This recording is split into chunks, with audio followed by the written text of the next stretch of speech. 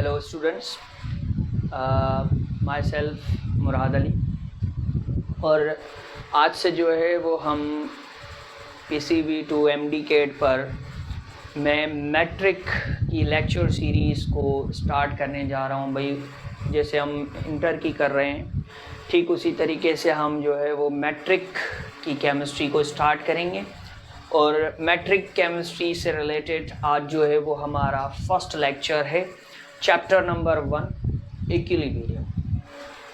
चलिए, इक्विलिब्रियम पढ़ने से पहले हम ये देखेंगे कि भाई अगर हम एक्सटेंट की बात करें यानी हद की बात करें, रेंज की बात करें कि किस हद तक कोई रिएक्शन जा सकता है। भाई एक बंदे की भी कोई हद होती है, लिमिट होती है, उस तक जाने के बाद बंदा पीछे आता है, रिवर्स गियर मारता है। ठीक इसी तरीके से रिएक्शंस की भी एक्सटेंट्स होती हैं, रेंजेस होती हैं। अब उन एक्सटेंट के मुताबिक अगर हम देखें या फिर एक्सटेंट के बेस पर अगर हम देखें तो हमारे पास में रिएक्शंस जो होते हैं, केमिकल रिएक्शंस, वो दो तरह के होते हैं। कुछ रिवर्सिबल होते हैं और कुछ इरिवर्सिबल रिएक्शंस होते हैं। तो सर अगर हम डिपेंडिंग अपॉन द एक्सटेंट की बात करें, ये हमारा चैप्टर है इक्विलिब्रियम और इसको स्टार्ट कर रहे हैं हम कि भाई depending upon extent, depending upon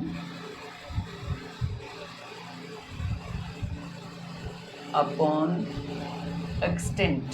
sir extent के बेस पर देखें यानी रेंज के बेस पर देखें, या फिर आप ऐसा कह लें कि लिमिट के बेस पर देखें, तो हमारे पास जो रिएक्शंस होते हैं केमिस्ट्री के अंदर, वो रिएक्शंस दो तरह के होते हैं। वो रिएक्शंस हमारे पास 2 टाइप्स के होते हैं। कुछ रिएक्शंस होते हैं रिवर्सिबल रिएक्शन, या फिर ऐसा कह ले कुछ रिएक्शंस होते हैं इरिवर्सिबल रिएक्शंस, इरिवर्सिबल रिएक्शंस, और कुछ रिएक्शंस होते हैं रिवर्सिबल रिएक्शंस।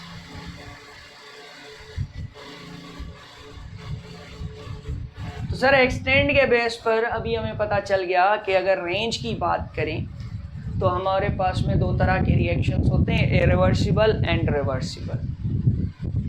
अब हम इनको डिटेल के अंदर जानेंगे कि भाई रिवर्सिबल रिएक्शन क्या होता है और इरिवर्सिबल रिएक्शन क्या होता है। चलेंगे, अब अगर हम इनकी डेफिनेशन की बात करें कि भाई रिवर्सिबल रिएक्शन क्या होता है और इरिवर्सिबल रिएक्शन क्या होता है, तो सबसे पहले इसकी डेफिनेशन अगर हम देखें तो सर एक ऐसा रिएक्शन, भाई हमें पता है रिएक्शन के अंदर अगर हम उसके इंग्रेडिएंट्स को देखें तो दो ही इंग्रेडिएंट्स होते हैं, यानी कि अगर हम रिएक्शन के कंपोनेंट्स को देखें तो दो ही कंपोनेंट होते हैं। एक होता है रिएक्टेंट कंपोनेंट और दूसरा होता है हमारे पास में प्रोडक्ट कंपोनेंट।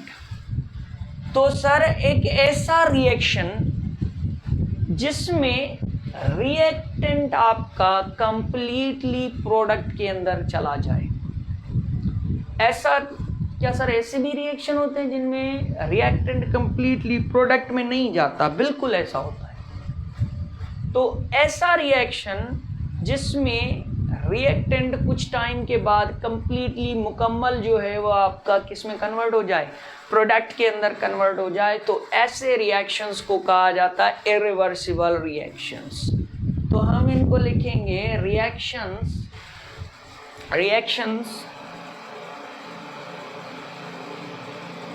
which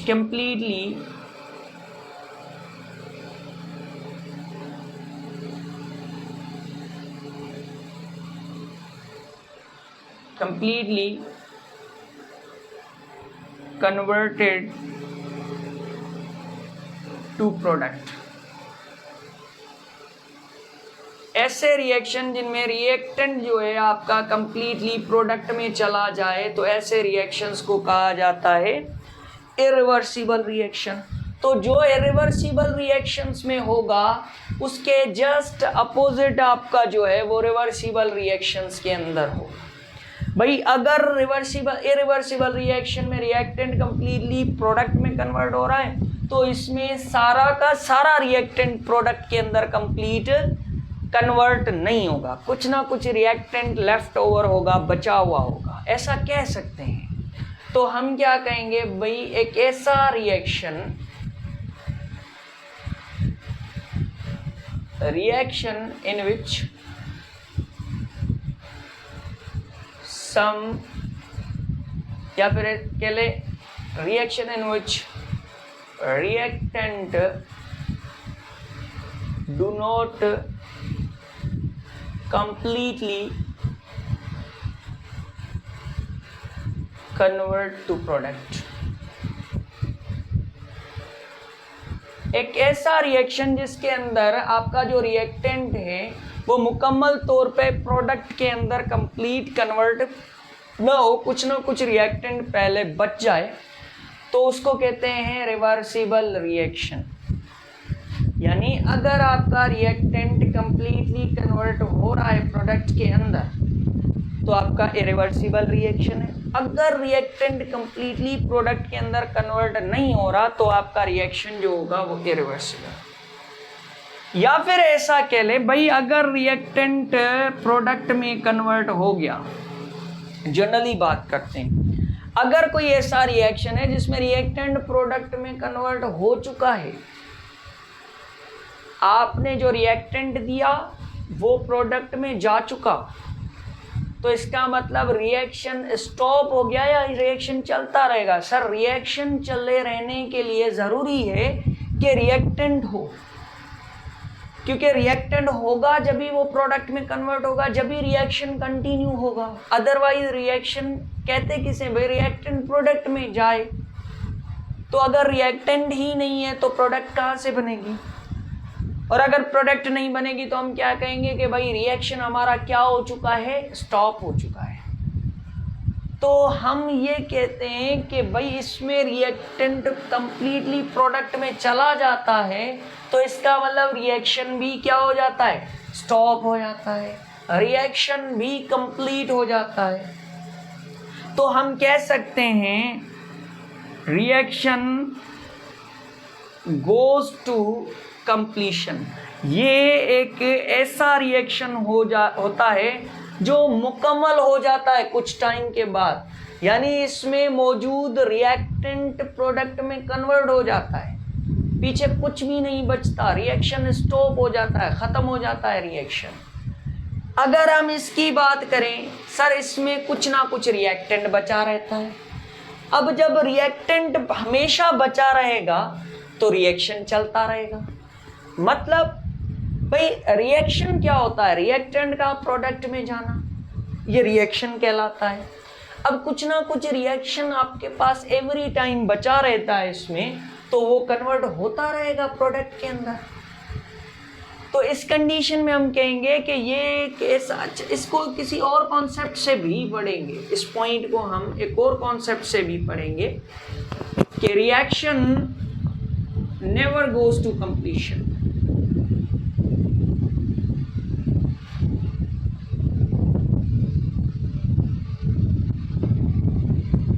ये एक ऐसा रिएक्शन होता है जो कभी मुकम्मल नहीं होता, इसकी कभी जो है वो ऐसा कह ले कि ये एक ऐसा मुसाफिर है जिसको कोई मंजिल नहीं मिलती, ये चलता रहता है और ये जो है इसको कुछ देर बाद मंजिल मिल जाती है, ये कंप्लीट हो जाता है, मुकम्मल हो जाता है, स्टॉप हो जाता है। चले आगे की बात करते हैं। सर अगर इस रिएक्शन को देखें हम तो ये यूनिडायरेक्शनल होता है, एक ही डायरेक्शन में जाता है। और वो कौन सी डायरेक्शन होती है सर? वो डायरेक्शन होती है फॉरवर्ड डायरेक्शन। भाई रिएक्टेंट प्रोडक्ट में जा रहा है, एक ही डायरेक्शन है, रिएक्टेंट खत्म हो गया, प्रोडक्ट बनना बंद, एक ही डायरेक्शन थी, रिएक्टेंट प्रोडक्ट में नहीं जाएगा तो एक ही डायरेक्शन थी, वो खत्म हो गई, रिएक्शन खत्म हो गया। ये यूनी डायरेक्शनल होता है और इसकी डायरेक्शन होती है left to right, left to right, यानी लेफ्ट साइड पर अगर मैं आपके हिसाब से बात करूं तो लेफ्ट साइड पर रिएक्टेंट होता है और राइट साइड पर प्रोडक्ट होता है। तो ये लेफ्ट टू राइट जाता है, रिएक्टेंट प्रोडक्ट के अंदर कन्वर्ट होती है। चले इसकी बात करें तो ये रिएक्शन जो होता है ये बाय डायरेक्शनल होता है, इसके दो डायरेक्शंस होती हैं। कैसे सर, समझे नहीं बात को। देखो कुछ रिएक्शंस ऐसे होते हैं जिनमें रिएक्टेंट किस में कन्वर्ट होता है, प्रोडक्ट के अंदर, और प्रोडक्ट किस में कन्वर्ट होती है। ऐसा भी माना जाता है कि आपकी प्रोडक्ट जो है वो अनस्टेबल बनी हो और वो दोबारा रिएक्शन करके कुछ प्रोडक्ट की अमाउंट जो है वो दोबारा क्या देती है, रिएक्टेंट। यानी एक डायरेक्शन ये होता है, रिएक्टेंट प्रोडक्ट में गया, प्रोडक्ट रिएक्टेंट के अंदर गई, तो दो डायरेक्शन हो गई सर। एक हो गई आपकी left to right according to you people, और एक डायरेक्शन हो गई आपकी राइट टू लेफ्ट। भाई एक डायरेक्शन हो गई लेफ्ट टू राइट और एक डायरेक्शन हो गई राइट टू लेफ्ट। इस डायरेक्शन के अंदर क्या होता है, आपका रिएक्टेंट कन्वर्ट होता है किसके अंदर भाई, प्रोडक्ट के अंदर, रिएक्टेंट आपका प्रोडक्ट। और इस डायरेक्शन में क्या होता है, आपका प्रोडक्ट जो है, कुछ अमाउंट ऑफ प्रोडक्ट जो है वो आपका किस में कन्वर्ट होता है सर, रिएक्टेंट के अंदर कन्वर्ट होता है। तो ये जो रिएक्शन होता है इसकी दो डायरेक्शन होती हैं, रिएक्टेंट प्रोडक्ट में कन्वर्ट हो रहा होता है यानी कि left to right according to you people, और एक और डायरेक्शन होती है इसमें कुछ प्रोडक्ट जो है उसको थोड़ा मस्ती चढ़ी होती है और उसमें कुछ अमाउंट ऑफ प्रोडक्ट जो है वो आपकी रिएक्टेंट की तरफ वापस चली जाती है। तो इसका मतलब दो direction, left to right, right to left according to you people. ठीक है, क्लियर है। तो इसका मतलब ये हुआ कि ये बाय डायरेक्शनल होता है, रिएक्टेंट प्रोडक्ट में, प्रोडक्ट वापस, कुछ अमाउंट ऑफ प्रोडक्ट रिएक्टेंट के अंदर। अच्छा, अब हम बात करते हैं अगले पॉइंट की कि ये जो आपका रिएक्शन होता है after certain time, after certain time only product present. हाँ, ये एक ऐसा रिएक्शन होता है जिसमें जब रिएक्शन कंप्लीट हो जाता है तब आखिर में हमारे पास सिर्फ और सिर्फ अगर देखें तो क्या हमारे पास मौजूद होगा, ओनली प्रोडक्ट मौजूद होगा। क्यों? क्योंकि सारा सर रिएक्टेंट जो था हमारा वो कंप्लीटली प्रोडक्ट में जा चुका, ख़त्म हो गया, गायब हो गया, रिएक्टेंट ख़त्म, बाय बाय टाटा। सिर्फ अब हमारे पास क्या मौजूद है, प्रोडक्ट मौजूद है। लेकिन ये जो रिएक्शन होता है इसमें both reactant and product present, इसमें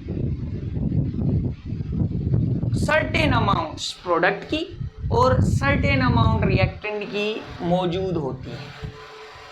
क्यों? क्योंकि सर कुछ अमाउंट रिएक्टेंट का प्रोडक्ट बना रहा है और जो प्रोडक्ट बना है उसका कुछ अमाउंट रिएक्टेंट बना रहा है। मतलब कि कुछ अमाउंट रिएक्टेंट का, कुछ अमाउंट प्रोडक्ट का हमेशा हमारे पास मौजूद रहेगा। तो इसमें रिएक्टेंट और प्रोडक्ट दोनों मौजूद रहते हैं। चले आए इसके बारे में और जानने की कोशिश करते हैं। सर ये जो रिएक्शन होता है, इरिवर्सिबल रिएक्शन जो होता है, ये ओपन कंटेनर के अंदर होता है, खुला हुआ कंटेनर होता है इसके लिए। और अगर हम इसकी बात करें तो ये क्लोज्ड कंटेनर के अंदर होता है। क्या मतलब सर, समझ में नहीं आई बात? देखिए एक ही एग्जांपल देता हूं, दोनों बातें समझ आ जाएंगी। फॉर एग्जाम्पल हमने क्या किया भाई, हमने एक कंटेनर लिया, पतीला लिया, सिंपल लैंग्वेज की बात करें, और मेरी ड्राइंग बहुत बुरी है, इस चीज़ को अवॉइड कीजिएगा। ये कंटेनर है हमारे पास और इसमें हम एक रिएक्शन करवाने जा रहे हैं। वो रिएक्शन है थर्मल डिकम्पोजिशन। वो रिएक्शन, इसका रिएक्शन का जो नाम है वो है thermal decomposition of lime stone, CaCO3, lime stone है ये आपका। इसकी थर्मल डिकम्पोजिशन करेंगे, यानी इसको हीट देकर इसको ब्रेक करेंगे कंपोनेंट्स के अंदर, इसे कहते हैं thermal decomposition of lime stone. अगर हम इसकी बात करें तो सर ये जो कैल्शियम कार्बोनेट होता है ये सॉलिड में होता है। इसको अगर आप थर्मली डिकम्पोज करोगे, बहुत सारी हीट दोगे अगर इसको नीचे से, तो ये जो ब्रेक होगा वो कैल्शियम ऑक्साइड के अंदर होगा और उसकी जो स्टेट होगी वो होगी सॉलिड स्टेट। और उसके साथ साथ एक और प्रोडक्ट बनेगी जो होगी कार्बन डाइऑक्साइड और वो होगी गैस।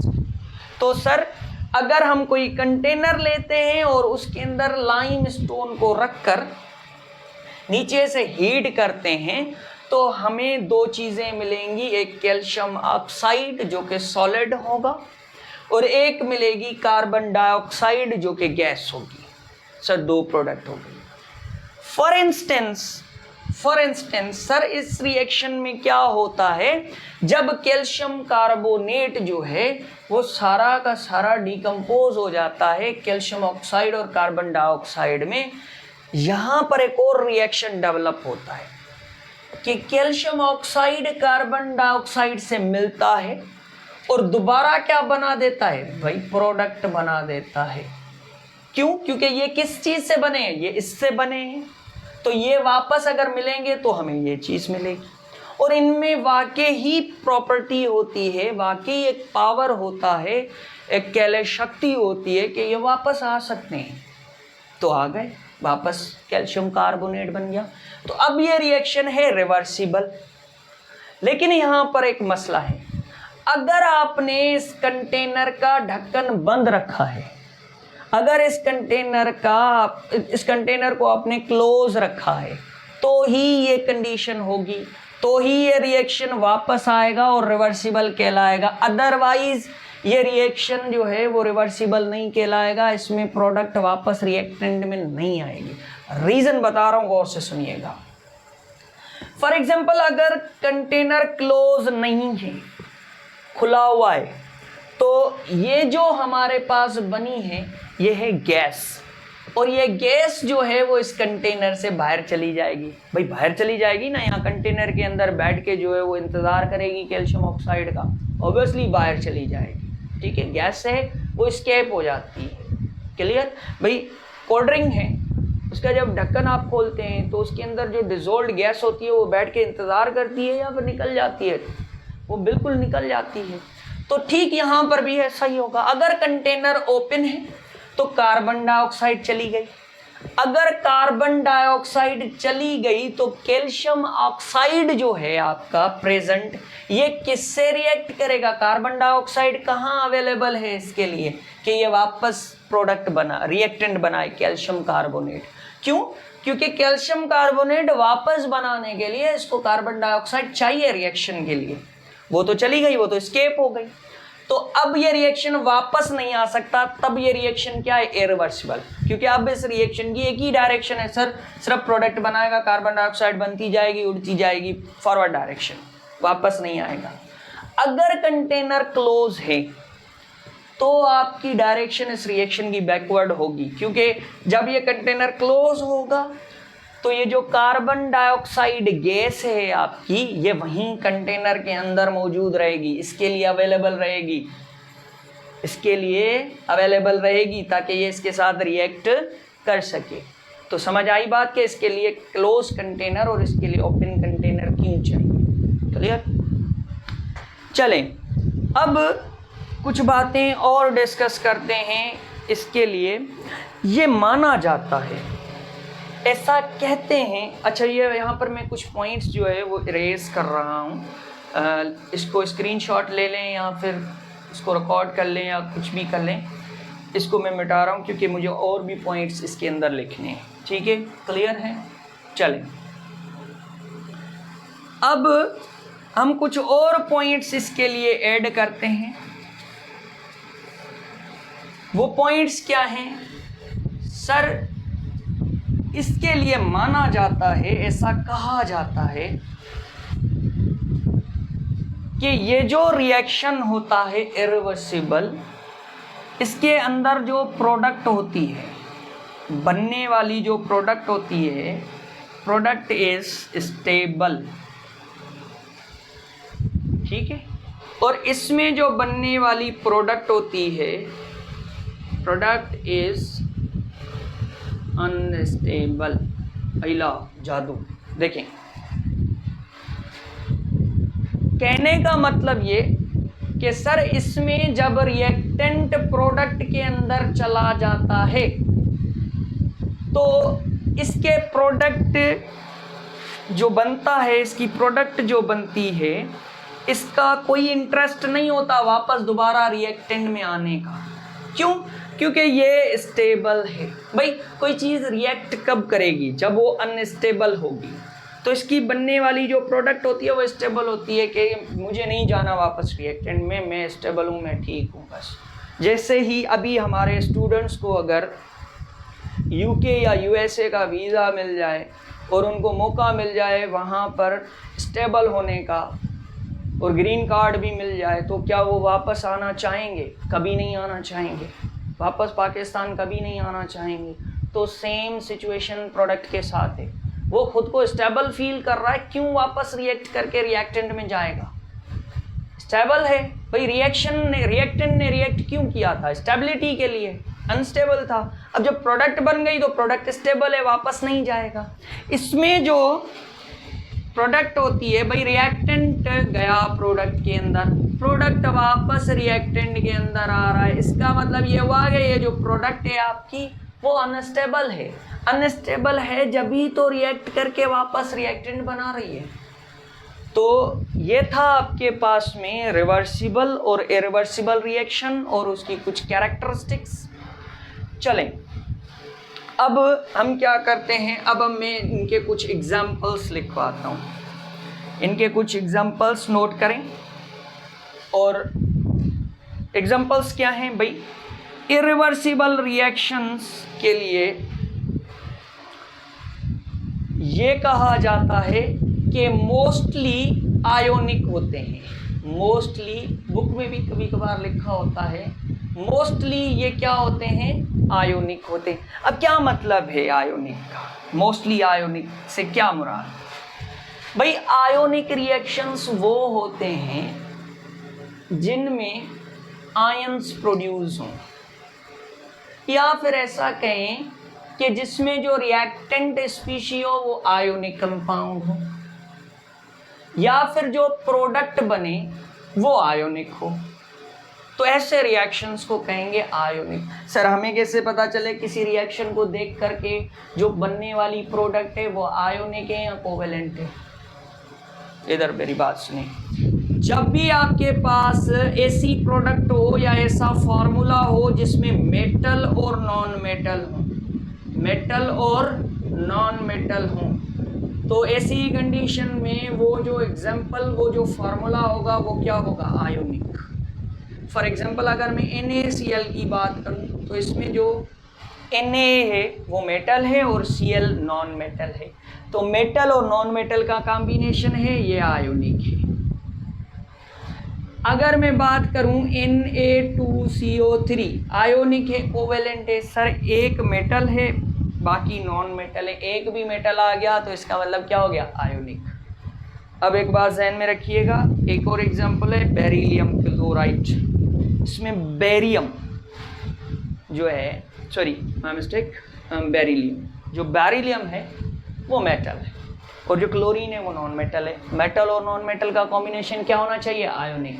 लेकिन ये वाहिद होता है जो कोवेलेंट होता है इस चीज़ को। अच्छा, ये किस वजह से होता है, ये बियॉन्ड आपके कोर्स के डिस्कशन से जो है वो बियॉन्ड है, क्योंकि लेक्चर जो है वो एक इंटरनेशनल प्लेटफॉर्म पर देखा जाता है, तो इस वजह से मैंने क्लियर कर दी ये बात। चले आगे चलते हैं। तो सर अब हमें पता चल गया कि आयोनिक रिएक्शंस वो होते हैं जिनमें रिएक्टेंट आयोनिक कंपाउंड हो या फिर बनने वाली प्रोडक्ट आयोनिक कंपाउंड हो, तो ऐसे रिएक्शंस को कहते हैं आयोनिक। और जो आयोनिक रिएक्शंस ऐसे दिखे वो हमारे पास, हम समझ लेंगे कि हमारे पास वो रिएक्शन जो है वो इरिवर्सिबल है। चलें, अब हम इनके एग्जांपल्स को डिस्कस करते हैं। एग्जांपल्स को फॉर एग्जांपल मेरे पास जिंक है Zn, उसने रिएक्शन किया है सल्फ्यूरिक एसिड के साथ, और ये जो प्रोडक्ट बना रहा है, ये जो प्रोडक्ट बनाएगा वो होगा ZnSO4 + H2। ठीक है, अब हमें पता है जिंक मेटल है और सल्फर और ऑक्सीजन दोनों नॉन मेटल है। मेटल और नॉन मेटल आयोनिक है, तो इसका मतलब ये रिएक्शन आयोनिक है, और रिएक्शन आयोनिक है तो ये इरिवर्सिबल होगा। आगे चलते हैं, एक और एग्जांपल को डिस्कस करते हैं भाई। AgNO3 और उसके साथ जो है वो रिएक्ट कर रहा है HCl, और ये जो प्रोडक्ट बनाएगा वो बनाएगा AgCl plus HNO3। ये आपके पास प्रोडक्ट बनेंगे। सर ये भी आयोनिक सिल्वर मेटल होता है, नाइट्रोजन और ऑक्सीजन दोनों नॉन मेटल, सिल्वर मेटल होता है, क्लोरीन नॉन मेटल आयोनिक, तो ये दोनों आयोनिक हैं, तो रिएक्शन भी आयोनिक। और ये जो रिएक्शन एग्जांपल होगा वो किसका होगा, सर वो रिएक्शन जो है आयोनिक रिएक्शन है, तो ये इरिवर्सिबल रिएक्शन है। चले एक और रिएक्शन, मैग्नीशियम अगर रिएक्शन करे ऑक्सीजन के साथ, मैग्नीशियम ऑक्साइड बनेगा, और जब मैग्नीशियम ऑक्साइड बनेगा तो इसमें प्रेजेंट मैग्नीशियम मेटल है, ऑक्सीजन नॉन मेटल है, और मेटल और नॉन मेटल बनते हैं तो आयोनिक। तो मैंने कहा ऐसा रिएक्शन जिसमें रिएक्टेंट आयोनिक हो या फिर प्रोडक्ट आयोनिक हो, तो ऐसे रिएक्शंस को आयोनिक कहते हैं। और ये हमारे पास में आयोनिक रिएक्शंस क्या होते हैं, इरिवर्सिबल रिएक्शंस। तो ये कुछ एग्जांपल्स हैं जो कि इरिवर्सिबल रिएक्शन हैं। उसके अलावा फोटोसिंथेसिस, साइंथोफाइथेसिस नहीं, फोटोसिंथेसिस, ठीक है। फोटोसिंथेसिस हमारे पास में इरिवर्सिबल रिएक्शन, क्यों, क्योंकि सर इसमें कार्बन डाइऑक्साइड, और प्लांट्स क्या करते हैं, एटमॉस्फेयर से कार्बन डाइऑक्साइड लेते हैं, रूट्स के थ्रू अर्थ से हमारे पास सॉइल से वाटर लेते हैं, और ये सनलाइट की प्रेजेंस में इसको कन्वर्ट कर देते हैं C6H12O6+ में ऑक्सीजन के अंदर। तो ये रिएक्शन जो है आपके पास फोटोसिंथेसिस इरिवर्सिबल रिएक्शन होता है। उसके बाद एक और एग्जांपल है मैं डिस्कस करूंगा यहाँ पर, इसके लिए स्पेस जो है मैं इरेज कर रहा हूँ, यहाँ पर मैं इन चीज़ों को इरेज करूँगा और न्यू एग्जांपल्स को डिस्कस करेंगे हम। रेस्पायरेशन, भाई रेस्पायरेशन किसे कहते हैं, सर सांस लेने को रेस्पायरेशन कहते हैं, ऐसा कुछ नहीं होता। रेस्पायरेशन माइटोकॉन्ड्रिया के अंदर होता है, क्रिस्टी के अंदर। ये रहा आपका mitochondria, the power house of cell. इसमें एक स्पेसिस होती हैं जिनको कहा जाता है क्रिस्टी, और इन क्रिस्टी के अंदर एक एंजाइम होता है जो कि आपके ग्लूकोज जो फूड से मिला था, ग्लूकोज जो स्टोर्ड है C6H12O6, इसको ऑक्सीजन की प्रेजेंस में कन्वर्ट करेगा कार्बन डाइऑक्साइड के अंदर प्लस वाटर के अंदर, और जो ATP मिलेगा, एडिनोसाइन ट्राइफॉस्फेट, जिसको एनर्जी कैरियर मॉलिक्यूल कहते हैं।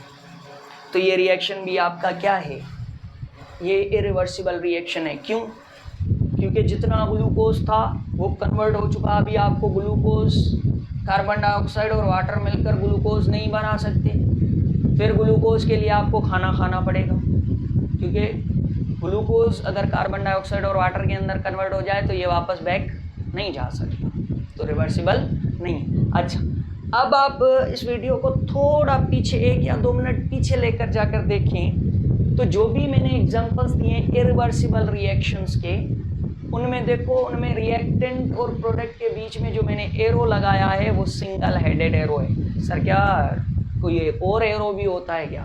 अदर टाइप ऑफ एरो भी होता है रिएक्टेंट और प्रोडक्ट के बीच में? आइए देखते हैं।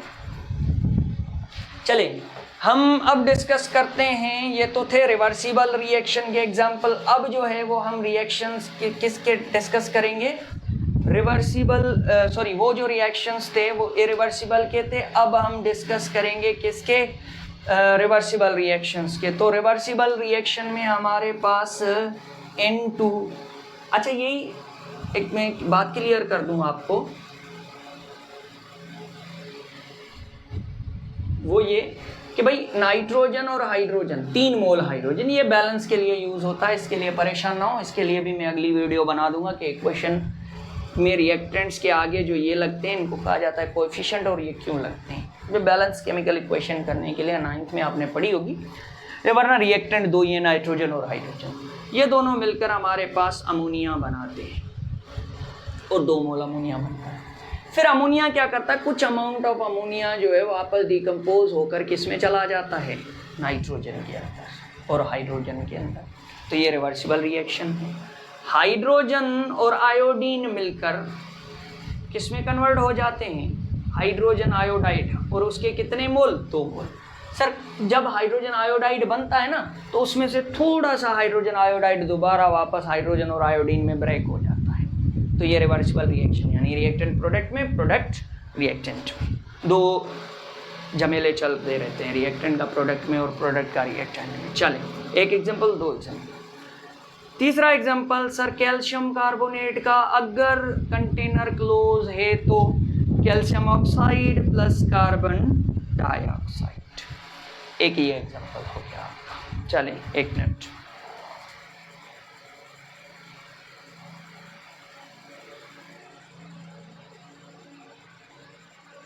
अच्छा एक और एग्जांपल डिस्कस कर लें। N2 plus O2,